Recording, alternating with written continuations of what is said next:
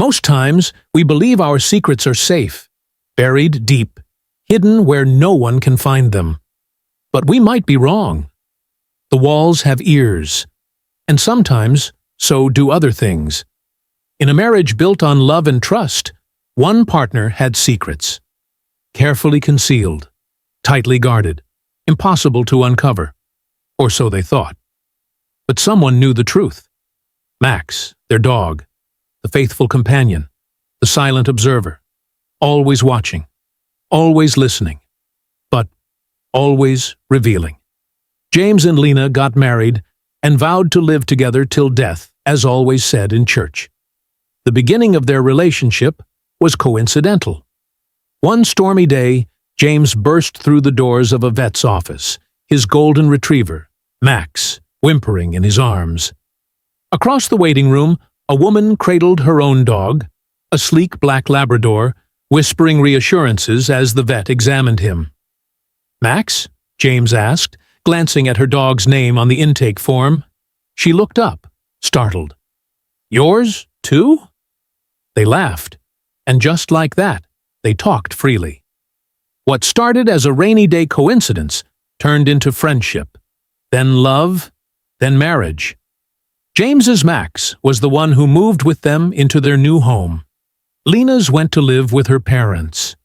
To James's surprise, Max bonded with Lena immediately, shadowing her every move. James found it amusing at first. "I think he likes you more than me," he'd joke. Lena would just smile. "Maybe it's because women have a gentler touch," she'd say. But there was something James didn't know, something Lena wasn't ready to reveal. Lena grew up on a farm with veterinarians as parents, discovering her unique gift of understanding pets at a young age. Not just their actions, but their thoughts, their emotions, their memories. It was a gift only her parents knew about, one she had kept hidden her entire life. People wouldn't believe her, or worse, they would fear her. Due to Lena's travels, James feels neglected and undervalued in his marriage, leading him to seek validation through extramarital affairs. Max didn't like James' behavior in the relationship, especially the cheating on Lena. So, Max started telling Lena the things James did in her absence. James had thought he was careful. No messages, no calls, no credit card receipts. His secrets were buried deep. But he had overlooked one thing he didn't think mattered. Max was always watching or listening, ready to reveal.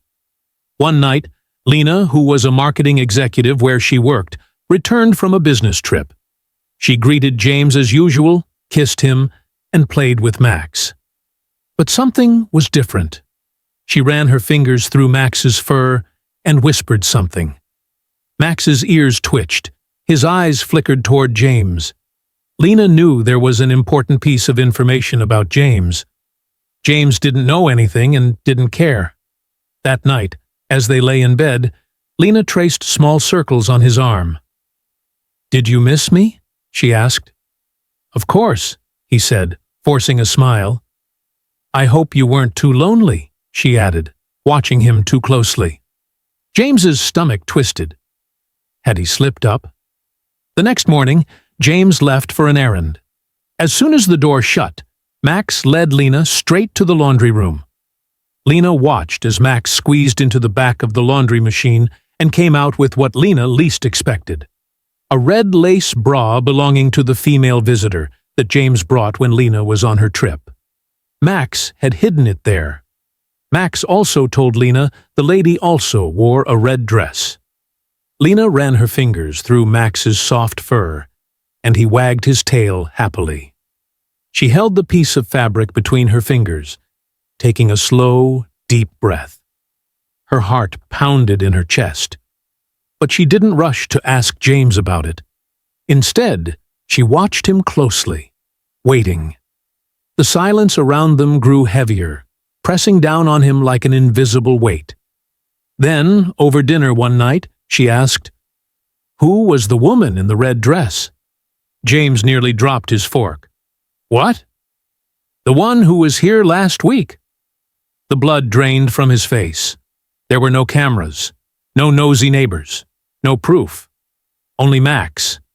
James tried to laugh it off. I have no idea what you're talking about. Lena didn't press further. One piece of evidence wasn't enough. Max kept revealing more. A red lipstick picked in the bathroom and hidden behind the laundry machine. A perfume-scented scarf hidden in the car garage. Other things. One afternoon, as the three walked through town, Max let out a low growl at a passing woman. Lena stroked his head and whispered, "Was it her?" Max gave a short, deliberate bark in agreement. They kept walking.